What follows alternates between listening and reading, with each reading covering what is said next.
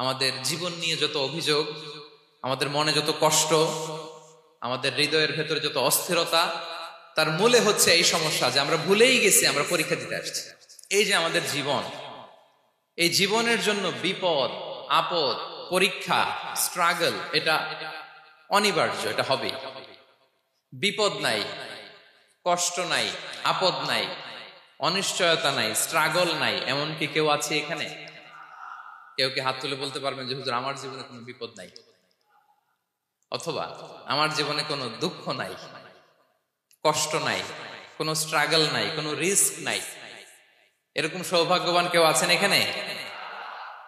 তাহলে জীবনের জন্য পরীক্ষা, এটা অনস্বীকার্য, হবেই হবে পরীক্ষা। পৃথিবীর জীবনটাই এমন, এভাবেই এই লাইফকে ডিজাইন করা হয়েছে। পরীক্ষা থাকবে, এখানে বিপদ থাকবে, এগুলো উত্তীর্ণ হয়ে আপনাকে যেতে হবে। চিরসুখ চির শান্তি এটাই পৃথিবীতে হয় না। চিরসুখ এবং চিরশান্তির জায়গা হচ্ছে জান্নাত। চিরসুখ এবং চিরশান্তি কোথায়? এটা জান্নাতের বৈশিষ্ট্য। চিরসুখ চিরশান্তি, টেনশন নাই, ঝামেলা নাই, পরীক্ষা নাই, বিপদ নাই, রিস্ক নাই, স্ট্রাগল নাই, এটা হচ্ছে দ্য ফিচার্স অফ জান্নাত, জান্নাতের ফিচার। কিন্তু সমস্যা বাদে তখন যখন জান্নাতের ফিচার আমরা দুনিয়ায় খুঁজি, যেটা পাবো আমরা জান্নাতে, এটা খুঁজি কোথায়? এই তখনই সমস্যা বাদে। And this is the main problem. এটাই বড় সমস্যা। এই সমস্যার সমাধান কোথায়, এটা নিয়ে আজকে আমি কিছু কথা অ্যাড্রেস করবো ইনশাআল্লাহ।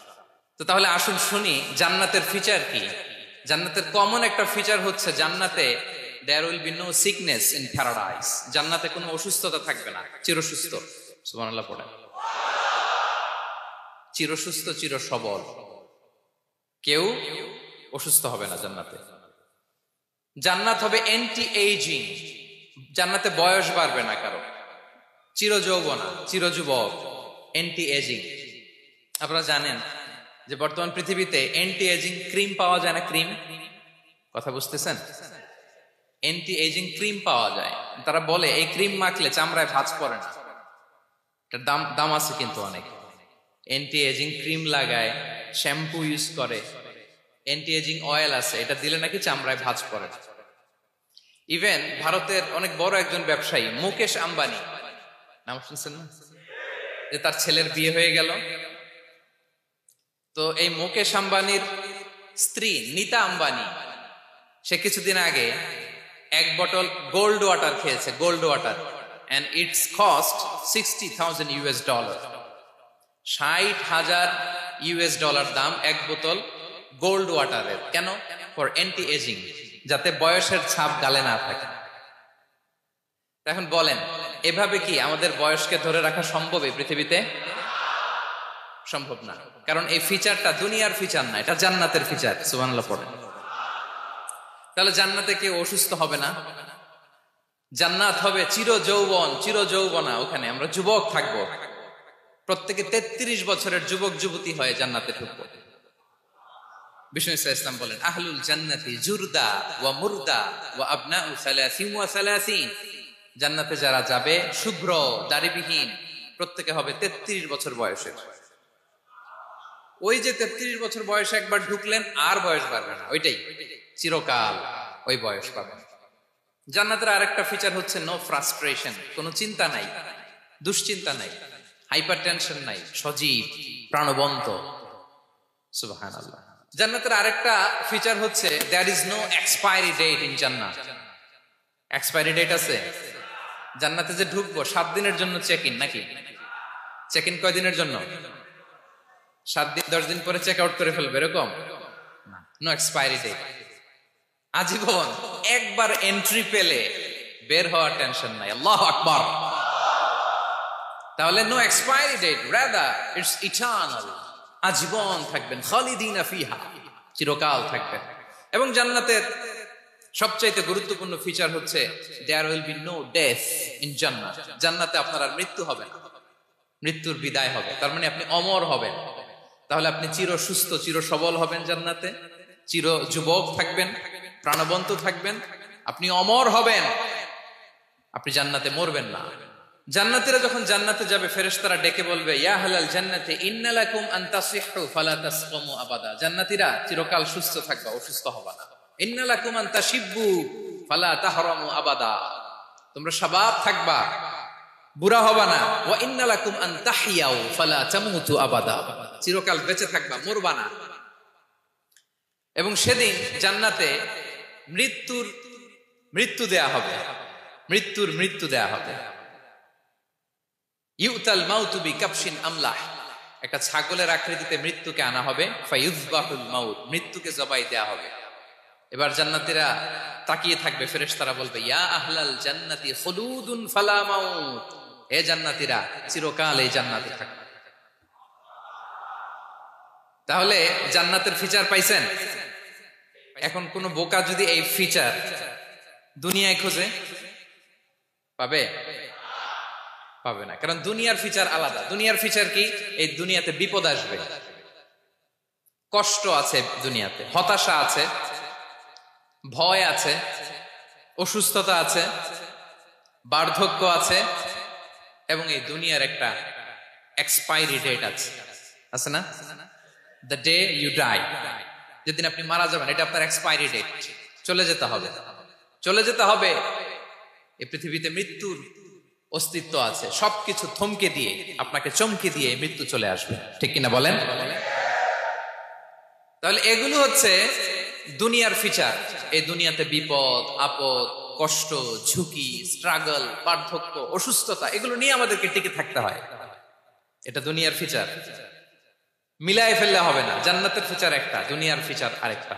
দুনিয়াতে কষ্ট থাকবে, বিপদ আপদ থাকবে। এই দুনিয়ার ফিচারটা আল্লাহ তাআলা কোরআনের একটা আয়াতে খুব চমৎকার ভাবে উল্লেখ করেছেন, সেটা দিয়েই আমি আলোচনা শুরু করেছি। আল্লাহ তাআলা ইরশাদ করছেন ওয়ালা নাবলুওয়ান্নাকুম বিশাইইম মিনাল খাউফি ওয়াল জু'i ওয়া নাকসিম মিনাল আমওয়ালি ওয়াল আনফুসি ওয়াস সামারাত ওয়া বাশশিরিস সাবিরিন। আল্লাহ তাআলা বলছেন অবশ্যই অবশ্যই আমি তোমাদেরকে পরীক্ষা করব, ভয় দিয়ে, ক্ষুধা দিয়ে, সম্পদের ঘাটতি দিয়ে, আতঙ্ক দিয়ে, প্রাণনাশ দিয়ে, ফল ফসলের হানি দিয়ে পরীক্ষা করবে। কিন্তু এই পরীক্ষায় যারা উত্তীর্ণ হবে, যারা সবর ইখতিয়ার করবে, ওয়াবাশশিরিস সাবিরিন, ধৈর্যশীলদের জন্যই হচ্ছে সুসংবাদ। আলহামদুলিল্লাহ পড়েন। তাহলে সম্মানিত সুধী, আমরা বুঝতে পারলাম এই পৃথিবীর ফিচার হচ্ছে এখানে বিপদ থাকবে, বিপদ ছাড়া কেউ থাকবে না। স্ট্রাগল থাকবে, কষ্ট থাকবে, ঝুঁকি থাকবে, রিস্ক থাকবে, এবং নানা ধরনের বিপদ আপদ দিয়ে আল্লাহ তাআলা আমাদেরকে পরীক্ষা করবেন। এটা মাস্ট, এটা আমাদের মাইন্ডসেটে নিয়ে নিতে হবে। মাইন্ডসেটে এটা ক্লিয়ার থাকতে হবে। চিরসুখ চিরশান্তি এই দুনিয়াতে মিলবে, কোথায় মিলবে তাহলে? এটা তাহলে বিপদ আসবেই, আপদ আসবেই, পরীক্ষা থাকবেই আমাদের জীবনে। তবে ইন্টারেস্টিংলি মজার বিষয় হচ্ছে পরীক্ষাটা এক একজনের এক এক রকম। পুরো পৃথিবীটা একটা পরীক্ষা ক্ষেত্র, কিন্তু কারো প্রশ্নপত্রের সাথে কারো প্রশ্নপত্রের কোনো মিল নাই। সুবহানাল্লাহ। আমার পরীক্ষা একরকম, আপনার পরীক্ষা আরেক রকম, ওই ভাইয়ের পরীক্ষা আরেক রকম, ওনারটা আরেক রকম। সবাই পরীক্ষার্থী, সবাই পরীক্ষার্থী, কিন্তু কারো প্রশ্নপত্রের সাথে কারো প্রশ্নপত্রের কোনো মিল নাই। কারোর জন্য পরীক্ষা হচ্ছে সে খুব অসুস্থ, প্রচন্ড অসুস্থতা, তার জন্য পরীক্ষা।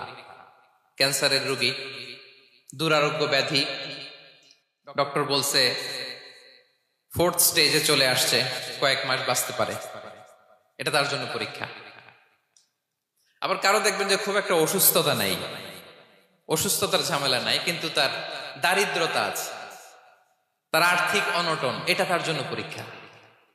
আবার কারো দেখবেন অসুস্থতাও নাই, দারিদ্রতাও নাই, তার দাম্পত্য জীবনের সমস্যা আছে না নাই? অনেকের দেখবেন এগুলো কোনোটাই সমস্যা না, তার ছেলে কথা শোনে না, মাদকাসক্ত। আহা, মাদকাসক্ত, রিহ্যাবে পাঠায়, আবার আসে, আবার গাঁজা খাওয়া শুরু করে, আছে না নাই বলেন? দেখেন তার পরীক্ষাটা আবার আলাদা। অনেকের দেখবেন মেয়ে বাবার কথা শোনে না। আবার অনেকের দেখবেন যে ব্যবসায় সমস্যা, লসের পর লস, লাভ উঠাতে পারে না। তাহলে পরীক্ষা ছাড়া, বিপদ আপদ ছাড়া দুনিয়াতে কেউ নাই, কেউ নাই প্রিয় ভাইরা। এটা আমাদের মাথায় রাখতে হবে। পরীক্ষা আপনাকে দিতেই হবে, পরীক্ষা দিয়ে দিয়েই নিজেকে প্রমাণ করতে হবে। আর এক একজনের পরীক্ষাটা এক এক রকম, কারো পরীক্ষার সাথে কারো পরীক্ষার কোনো মিল থাকবে না। তো মাঝে মাঝে আমরা এটা ভুলে যাই। আল্লাহ তাআলা কালামে পাকে রিমাইন্ডার দিয়ে আমাদেরকে স্মরণ করিয়ে দিতে চান যে এই পৃথিবীতে আসলে তোমরা এসেছো পরীক্ষা দিতে। এটাই জীবনের বড় বাস্তবতা। আমাদের জীবনে যত হতাশা, আমাদের জীবন নিয়ে যত অভিযোগ, আমাদের মনে যত কষ্ট, আমাদের হৃদয়ের ভেতরে যত অস্থিরতা, তার মূলে হচ্ছে এই সমস্যা যে আমরা ভুলেই গেছি আমরা পরীক্ষা দিতে আসছি। এটা যদি ভুলে না যান, এটা যদি আপনার মাইন্ডসেটে থাকে যে পুরো জীবনটা একটা পরীক্ষা, তাহলে দেখবেন কোনো কিছু আপনাকে কাবু করতে পারবে না। আপনি হতাশ হবেন না, জীবন নিয়ে আর অভিযোগ থাকবেন, আপনি ভেঙে পড়বেন না, সব অভিযোগ হতাশা দূর হয়ে যাবে। তার মানে বুঝতে পারলাম পরীক্ষা আপনাকে দিতেই হবে। পরীক্ষা দেয়া ছাড়া এই পৃথিবী থেকে চলে যাওয়ার কোনো চান্স বা সুযোগ আমাদের কারো নেই। সূরাতুল আনকাবুতে আল্লাহ তাআলা এই কথাটা আরো চমৎকার ভাবে বলেছেন। আল্লাহ তাআলা ইরশাদ করছেন, আহাসিবান নাসু আইয়ুতরাকু আইয়াকুলু আমান্না ওয়া হুম লা ইফতানুন ওয়ালাকাদ ফাতান্নাল্লাযীনা মিন ক্বাবলিহিম ফালা ইয়া'লামান্নাল্লাহু আল্লাযীনা সাদাকু ওয়ালা ইয়া'লামান্নাল কাযিবিন। আল্লাহ বলেন, মানুষ কি ভেবেছে সে শুধু বলবে আমি ঈমানদার আর তাকে আমি জান্নাতে ঢুকাই দিব? না, কখনো না, কোশ্চিন কালেও না। বরং পূর্ববর্তী কালে যারা পৃথিবীতে এসেছিল তাদেরকে আমি পরীক্ষায় নিয়েছি, পরীক্ষা করেছি, এবং তাকেও ঈমানের প্রশ্নে সে সত্যবাদী না মিথ্যাবাদী পরীক্ষা দিয়ে দিয়ে নিজেকে প্রমাণ করতে হবে। ঠিক কিনা বলেন? পরীক্ষা দিয়ে আপনাকে প্রমাণ করতে হবে। এবং এই পরীক্ষার ব্যাপারটা, এটা যে শুধু আমরা সাধারণ মানুষ আমাদের জীবনে দুঃখ বিপদ পরীক্ষা এমনটা না। এই পৃথিবীর সবচাইতে শ্রেষ্ঠ মানুষ যারা ছিলেন তাদেরকে আল্লাহ পরীক্ষা নিয়েছেন। বলেন তো, এই পৃথিবীতে সবচাইতে শ্রেষ্ঠতম মানুষ কারা? সবচাইতে শ্রেষ্ঠ ভালো মানুষ কারা ছিল পৃথিবীতে? বলেন তো, নবীরা। আওয়াজ করে বলেন তো কারা? তো বলেন তো, নবীদের জীবনে পরীক্ষা ছিল কি ছিল না? হ্যাঁ ছিল। বেশি না কম? বিষ্ণু ইসলামকে জিজ্ঞাসা করা হলো, আইয়ুন নাসি আশাদ্দু বালাআন ইয়া রাসূলুল্লাহ, হে আল্লাহর রাসূল, এই পৃথিবীতে কাদের জীবনে পরীক্ষা বেশি? বিষ্ণু ইসলাম বললেন, আল আম্বিয়া, নবীদের জীবন। আল আম্বিয়া সুম্মাল আমসাল ফাল আমসাল, সবচাইতে জীবনে পরীক্ষার সম্মুখীন সবচাইতে বেশি হয়েছেন নবীরা। তারপরে নবীদের পরবর্তী অবস্থান যাদের, সিদ্দিকিন যারা, সোহাদা যারা, সালিহিন যারা, আল্লাহওয়ালা যারা, তাদের জীবনে পরীক্ষা বেশি। ইউবতালার রাজুলু আলা হাসাবি দীনি, ব্যক্তির দিনদারি যত বেশি তার জীবনে আল্লাহর পরীক্ষাও তত বেশি। আপনি আল্লাহওয়ালা হবেন, আপনার জীবনে পরীক্ষাও অনেক বেশি। এজন্য ইমানদার হওয়া যেমনি মর্যাদার, ইমানদারের জীবনে পরীক্ষাও হবে অনেক বেশি। এবং পরীক্ষা যত বড়, খেয়াল রাখতে হবে, মন খারাপ করার কোনো সুযোগ নেই। পরীক্ষা যার জীবনে যত বড়, সেটাতে সফল হতে পারলে ওটার প্রতিদানও বড়।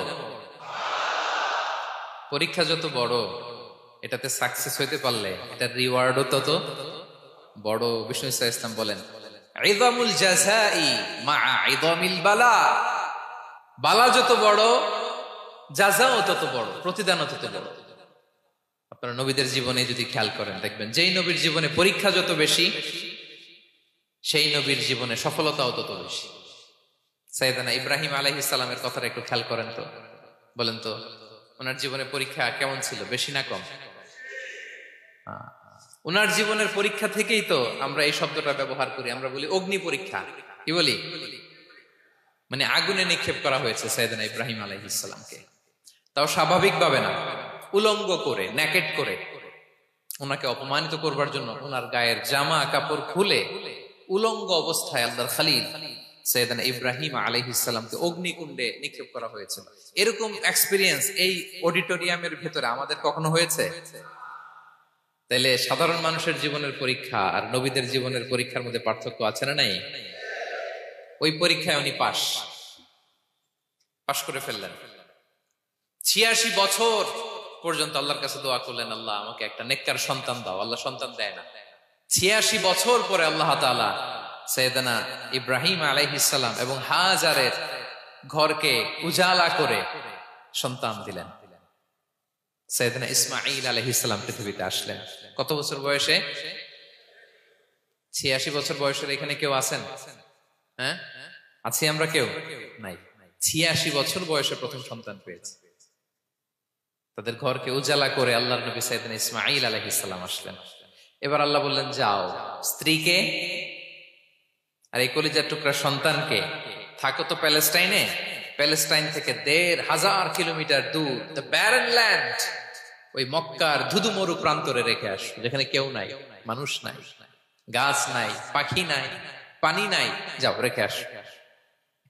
আচ্ছা বলেন তো, ৮৬ বছর পরে যে লোকটা সন্তান পেল, বুঝে শুনে উত্তর দিয়েন, ৮৬ বছর পরে যে লোকটাকে আল্লাহ তাআলা সন্তান দিল, তার হৃদয়ে ওই সন্তানের জন্য মায়া বেশি না কম? এমনি তো আমাদের প্রথম সন্তান, আমাদের প্রথম সন্তানের হিস্ট্রিটা একটু খেয়াল করেন তো। প্রথম আমাদের যে মেয়ে হয়েছিল বা যাদের ছেলে হয়েছিল, তার প্রতি আদর, সোহাগ, দরদ, ভালোবাসা, আল্লাহ কত ছিল। আর ৮৬ বছর বয়স আল্লাহ তাআলা ওনাকে সন্তান দিলেন, দিয়ে বললেন যাও হাজারকে আর ইসমাঈলকে মক্কার ধুধুমরু প্রান্তরে রেখে আস। আল্লাহ তাআলা বলতে দেরি, চলে যেতে দেরি নাই, মুহূর্তে উনি রওনা হয়ে গেলেন। সুবহানাল্লাহ পড়বেন না? রেখে আসলেন মক্কার ধুধুমরু প্রান্তরে। এবার আল্লাহ বললেন যাও, রিটার্ন ব্যাক টু প্যালেস্টাইন, প্যালেস্টাইনে চলে যাও। চলে গেলেন, হৃদয়টা ভেঙে খান খান। অনেক বছর পরে আল্লাহ তাআলা আবার অনুমতি দিলেন, যাও এবার ছেলেকে দেখে আসতে পারো, যাও প্যালেস্টাইন থেকে আবার মক্কায় যাও। সাইয়েদনা ইব্রাহিম আলাইহিস সালাম প্যালেস্টাইন থেকে আবার ১,৫০০ কিলোমিটার পথ পাড়ি দিয়ে, এখনকার মতো ফ্লাইটে যায় না, গাড়িতেও না, উটে করে। কিসে করে? উনি যে কতবার মক্কা থেকে ফিলিস্তিন এসেছেন আর গিয়েছেন ইয়ত্তা নাই, হিসাব নাই। গেলেন, এবার ছেলেটা হাঁটতে পারে, দৌড়াতে পারে, একটু একটু কথা বলতে পারে, আব্বু আব্বু ডাকতে পারে। কেমন মায়া লাগে বলেন তো? মায়া ভালোবাসায় যখন টইটম্বুর, ঠিক ওই মুহূর্তে আল্লাহ বললেন ছেলেকে জবাই করো, জবাই করো ছেলেকে। আল্লাহ তাআলা বলতে দেরি করেছেন, আল্লাহর আদেশ পালনে ১ সেকেন্ডও তিনি দেরি করেন নাই। ছুরি চালালেন, জান্নাত থেকে দুম্বা নিয়ে আসা হল। এভাবে আল্লাহর নবী ইব্রাহিম আলাইহিস সালাম উনার জীবনের প্রতিটি ক্ষেত্রে যেখানে আল্লাহ তাআলা ওনাকে পরীক্ষা নিয়েছেন, উত্তীর্ণ হয়েছেন। এবং দেখেন ওনাকে আল্লাহ তাআলা কি উপহার দিলেন, আল্লাহ তাআলা ওনাকে খলিলুল্লাহ উপাধি দিলেন, আল্লাহর বন্ধু। সুবহানাল্লাহ বলেন। আল্লাহ তাআলা বলছেন, ওয়া ইযি বিতালা ইব্রাহিম রাব্বুহু বিকালিমাতিন ফাআতাম্মাহুন ক্বালা ইন্নী জাঈলুকা লিন-নাসি ইমামা। আল্লাহ অনেকগুলো পরীক্ষা নিয়েছিলেন সাইয়েদনা ইব্রাহিম আলাইহিস সালাম, প্রতিটা পরীক্ষায় সাকসেসফুলি পাস করেছেন, গোল্ডেন এ প্লাস। আল্লাহ বলেন, ইন্নী জাঈলুকা লিন-নাসি ইমামা, I'm gonna make you the leader for the entire human being. I'm gonna appoint you as a leader for the entire universe. গোটা বিশ্বের জন্য, গোটা মানবতার জন্য আমি তোমাকে লিডার বানায় দিলাম। ইযামুল জাযাই মা'a ইযামিল বালা। পরীক্ষা যত বড়, ওই পরীক্ষায় পাশ করলে ওইটার ফলাফল ও প্রতিদানও বড়। তাহলে দেখেন প্রিয় ভাইরা, সাইয়েদনা ইব্রাহিম আলাইহিস সালামের জীবনে পরীক্ষার কোনো শেষ ছিল না। আমি আপনি কোথায়? আল্লাহর খলিলের জীবনে যদি এত পরীক্ষা থাকতে পারে, আমি আপনি কোথায় বলেন তো? এবার বলেন, সাইয়েদনা মূসা আলাইহিস সালাম, ওনার জীবনে তো কোনো পরীক্ষার ছিল না। হ্যাঁ, গুণে শেষ করতে পারবেন? জন্মটাই তো হয়েছে পরীক্ষার মধ্য দিয়ে। মিশরের ছেলে সন্তান হইলেই ফেরাউন বলছে জবাই করো। ওনার মা এরকম সিন্ধুকে করে ভাসায় দিলেন নীল নদীতে। আল্লাহু আকবার! কি একটা রোমাঞ্চকর পরিস্থিতির মধ্য দিয়ে আল্লাহ তাআলা ওনাকে বাঁচালেন। সুবহানাল্লাহ। জন্মই হয়েছে পরীক্ষার মধ্যে। বড় হইলেন, ফেরাউনের ভয়ে দেশ ত্যাগ করলেন, মিশর থেকে মাদিয়ান। আবার আল্লাহর আদেশে যখন ফিরে আসলেন, আবার ফেরাউনের সাথে তর্ক বিতর্ক, যুদ্ধ। একটা রাত আল্লাহ নবী মুসা আলাইহিস সালাম শান্তি মতো মিশরে ঘুমাতে পারে নাই। একটা রাত। শেষ পর্যন্ত এই ফেরাউন মুসা আলাইহিস সালামকে ধাওয়া করেছে। ফেরাউনের ধ্বংসের আগ পর্যন্ত সে মুসা আলাইহিস সালামকে ধাওয়া করেছে। তার মানে মুসা আলাইহিস সালাম এই বিপদ আপদ পরীক্ষা এগুলো থেকে মুক্তি পান নাই। এবার বলেন ঈসা আলাইহিস সালামের কথা। ওনার জীবনে তার পরীক্ষা ছিল না। কি পরীক্ষা ছিল? হ্যাঁ, আল্লাহু আকবার। Same scenario goes to the biography of every messenger in the world. পৃথিবীর সব নবীর ক্ষেত্রে একই ঘটনা ঘটেছে। সাইয়েদনা ঈসা আলাইহিস সালাম দাওয়াত যখন দিলেন, ওনার বিরোধিতা শুরু হলো, ওনাকে হত্যার ষড়যন্ত্র হলো।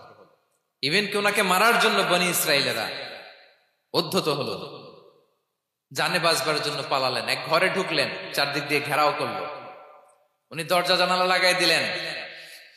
ওরা বললো একজন দরজা ভেঙে জানালা ভেঙে ভিতরে ঢুকো, ঢুকে দেখো বেটা ঈসা কি করে। একজন ভিতরে ঢুকছে, ঢুকার সাথে সাথে বল রাফাআহুল্লাহু ইলাইহি, আল্লাহ তাআলা ঈসা আলাইহিস সালামকে উপরে উঠায় নিলেন।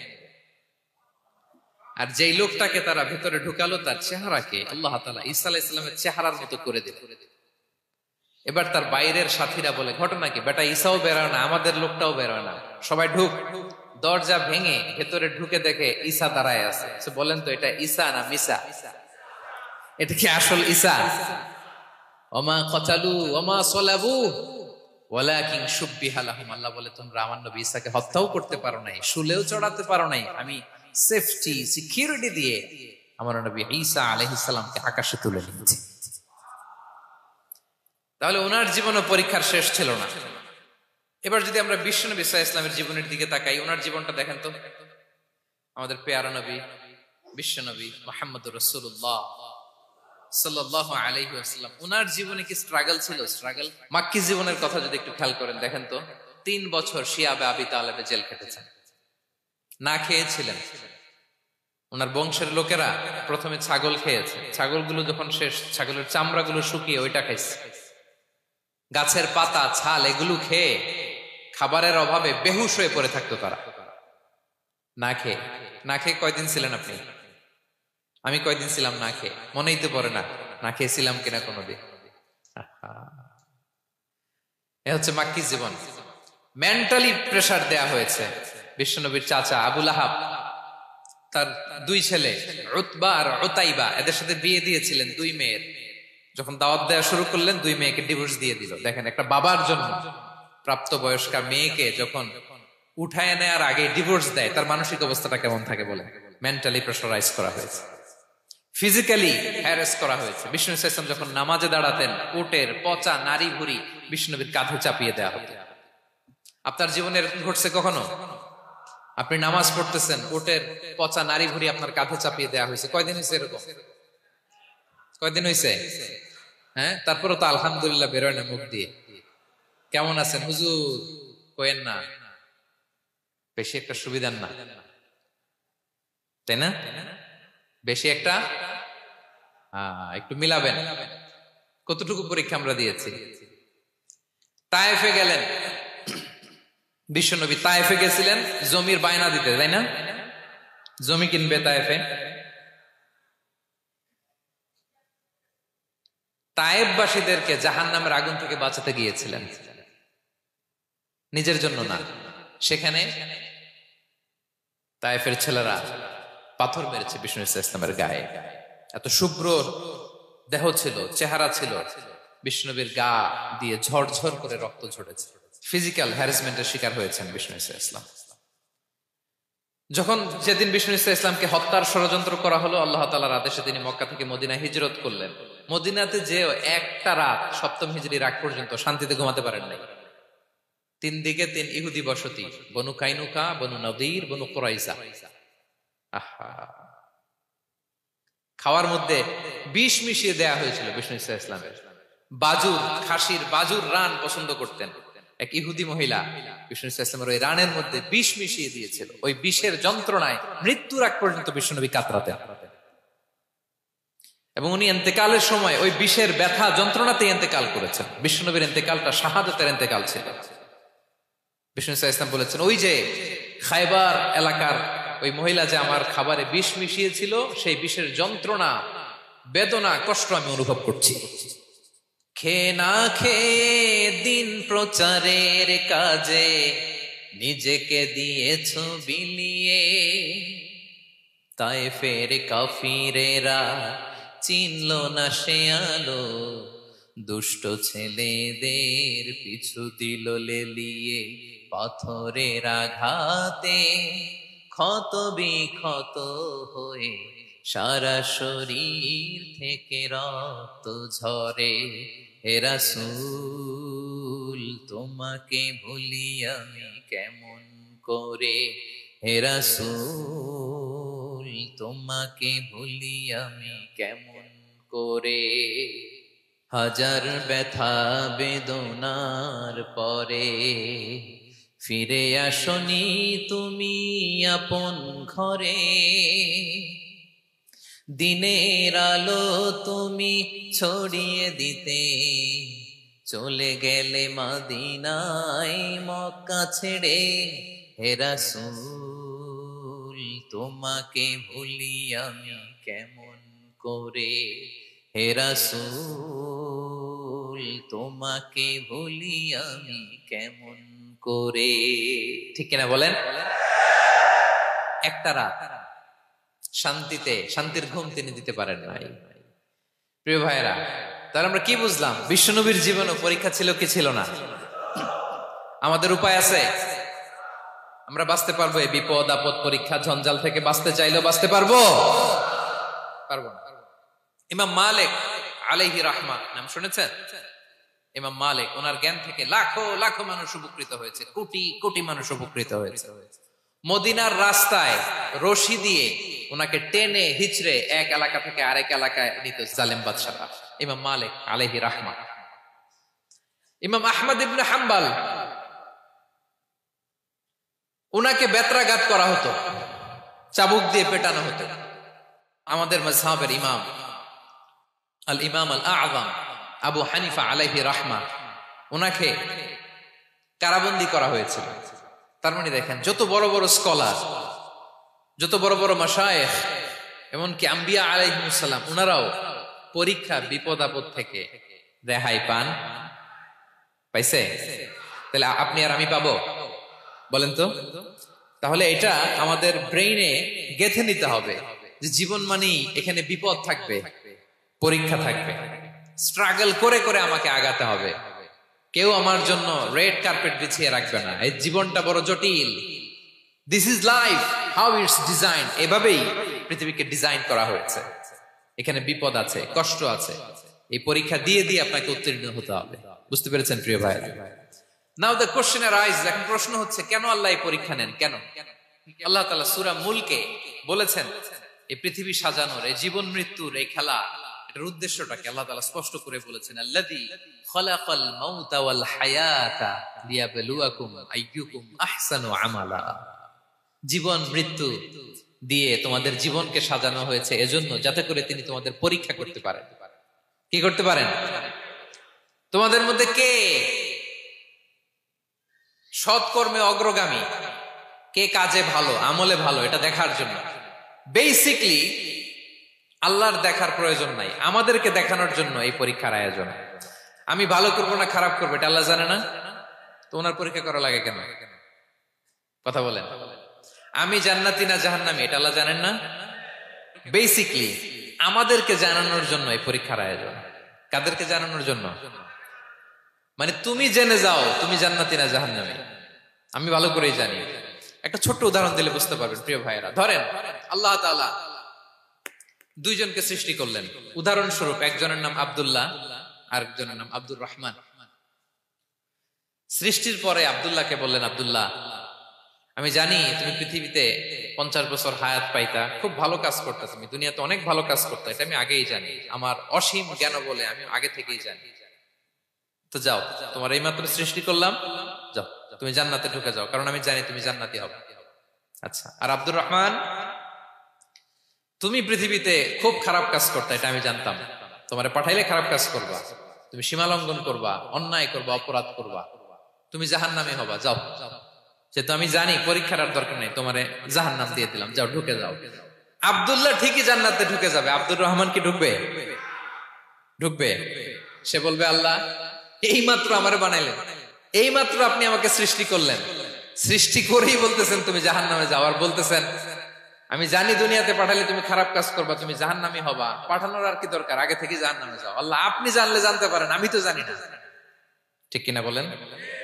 সে বলবে, না আল্লাহ আপনি ভুল বলতেছেন, এই দুনিয়াতে পাঠাইলে আমি খুব ভালো কাজ করতাম, আমি সীমা লঙ্ঘন করতাম না, নামাজ পড়তাম, রোজা রাখতাম, হজ করতাম, যাকাত দিতাম, সাদাকা করতাম, চ্যারিটি করতাম, জনকল্যাণকর সব ভালো কাজগুলো আল্লাহ আমি করতাম। এজন্য আল্লাহ তাআলা পরীক্ষার আয়োজন করেছেন, যাতে করে তুমি জেনে যাও যে পৃথিবীতে তুমি কি করেছো। এখন আর আল্লাহকে এক্সকিউজ দেওয়ার সুযোগ নেই। আচ্ছা বলেন তো, আবু জাহেলকে যদি আল্লাহ এখন কিয়ামতের দিন বলে, Abu Jahl go to the hell fire, আবু জাহেলের কিছু বলার সুযোগ আছে? কারণ ও দুনিয়াতে কি করে আসছে এটাও জানে না। ফেরাউনকে ডেকে যদি আল্লাহ বলে, ফেরাউন তুমি জাহান্নামে যাও, go to the hell fire, ওর কি কোনো এক্সকিউজ দেওয়ার সুযোগ আছে? বলেন, সুযোগ আর আছে? কারণ তুমি দুনিয়াতে কি করেছো তোমার চেয়ে ভালো কেউ আর জানে। তা পৃথিবীতে এই পরীক্ষার এই আয়োজনের সবচাইতে বড় উদ্দেশ্য হচ্ছে যাতে করে আমরা দেখে যাই যে আমরা কি কাজ করছি। কেউ যখন পরীক্ষা দেয় প্রিয় ভাইরা, ওই পরীক্ষায় কত পাবে তার একটা হিসাব আছে না? বলেন, আপনি গণিত পরীক্ষা দিয়ে আসছেন, যে 100-তে 100 পাবে সে বলতে পারে আমার সব অঙ্ক হয়েছে, ঠিক কিনা বলেন? আর যে লাড্ডু গুড্ডু বুঝছেন তো, কিছুই পারে নাই, ঘোড়ার ডিম, তারও একটা হিসাব আছে যে সে কিছুই লিখে আসতে পারে নাই। তাই পৃথিবীতে এই পরীক্ষার আয়োজনের প্রধানতম কারণ হচ্ছে যাতে করে আমরা বুঝে যেতে পারি যে আমরা কোথায় যাব, জান্নাতে না জাহান্নামে। প্রিয় সুধী, এ পর্যায়ে আমরা জানবো এই যে পরীক্ষা আল্লাহ তাআলা নিচ্ছেন আমাদেরকে, এই পরীক্ষায় সফল হওয়ার মূল মন্ত্র কি। কোরআনে বিভিন্ন আয়াতে এই পরীক্ষার কথা বলা হয়েছে এবং এই পরীক্ষার সফলতার মূল মন্ত্রও কোরআনে ঘোষিত হয়েছে। আলহামদুলিল্লাহ বলেন।